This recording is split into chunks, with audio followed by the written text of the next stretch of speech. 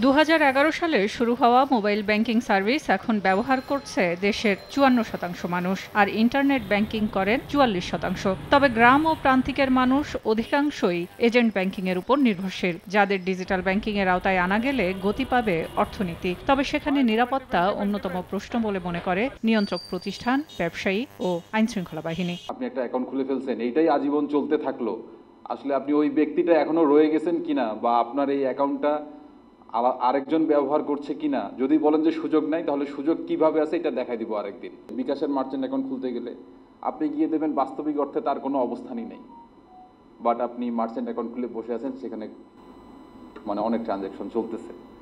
কি করবেন আপনি? এরপরে দেখেন যে মোবাইলের সিমটা যে আপনি ব্যবহার করছেন, আমি খুঁজতে খুঁজতে গেলাম, আমি মোবাইল সিম ব্যবহার করে ওর এনআইডিটা দেখলাম, দিয়ে দেখলাম নীলফামারী, গিয়ে দেখলাম এই বান্দা নীলফামারীর না, সে এক কুড়ে ঘরের মধ্যে এক বুড়া বইসা আছে। যত ধরনের প্রতারণা হচ্ছে এর 90% হচ্ছে এই বিকাশের মাধ্যমে। কাউন্টার সিকিউরিটি এটাও কিন্তু আপনাকে দিতে হবে। আমরা বলছি অনেক সময়, যেমন বিকাশকে বলছি যে আপনি 6 মাস পর পর কাস্টমারের রিনিউ করেন, 3 মাস পর পর করেন। ডিসিসিআই আয়োজিত এক আলোচনায় নারীর ক্ষমতায়ন ও দারিদ্রতা নিরসনে মোবাইল ব্যাংকিং এর গুরুত্ব তুলে ধরেন আলোচকরা। সম্ভাবনাময় খাতটি ব্যবস্থাপনাগত ত্রুটি দূর করার পরামর্শ উঠে আসে বৈঠকে। ডিজিটাল সার্ভিসকে আরও সাশ্রয়ী করতে হবে, ফাইন্যান্সিয়াল ও ডিজিটাল লিটারেসি বাড়াতে হবে এবং কনজিউমার প্রোটেকশন ও সাইবার সিকিউরিটি শক্তিশালী করতে হবে। পাশাপাশি দেশের রুট লেভেলে সকল ডিজিটাল প্রযুক্তি বাড়াতে হবে। নারী উদ্যোক্তাদের আরও বেশি সাপোর্ট দিতে হবে। পাশাপাশি ব্যাংক ও ফিনটেক রেগুলেটরদের মাঝে পার্টনারশিপকে আরও শক্তিশালী করতে হবে। এই 60% ব্যাংক অ্যাকাউন্ট আছে, কিছু টাকা ব্যাংকে রাখে, কিছু টাকা বাসায় রাখে। যদি এটাকে আনা যায়, ডিজিটাল ব্যাংকের সুবিধাটা হচ্ছে কি যে আপনার 24/7 আপনার ব্যাংকিং আওয়ার নাই কোনো। It is fast, it is accurate, it is safe. মনে হয় কিছু কিছু রিস্ক আছে, কিন্তু আপনি ব্যাংকিং সিস্টেমে যত ফ্রড হয়েছে আপনি খেয়াল করে দেখবেন ডিজিটাল ট্রানজ্যাকশনের ফ্রডের পরিমাণ অনেক কম, কিন্তু ফ্রড হয়েছে আমাদের ম্যানেজমেন্ট ফেলিয়ারের কারণে।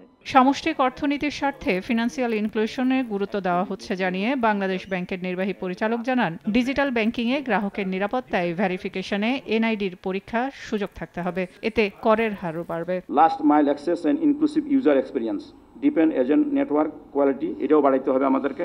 তারপরে আমাদের ম্যান্ডেট ইনক্লুসিভ, তারপরে এক্সপান্ড মার্চেন্ট অ্যাকসেপ্টেন্স। এই যে মার্চেন্ট যারা ছোটো ছোটো বিজনেস করেন, তাদের কোনো ফাইন্যান্সিয়াল ইনক্লুশন, তাদের কোনো স্মার্ট ডিজিটাল কিচ্ছু নাই, তারা ক্যাশ ইউজ করে কেন?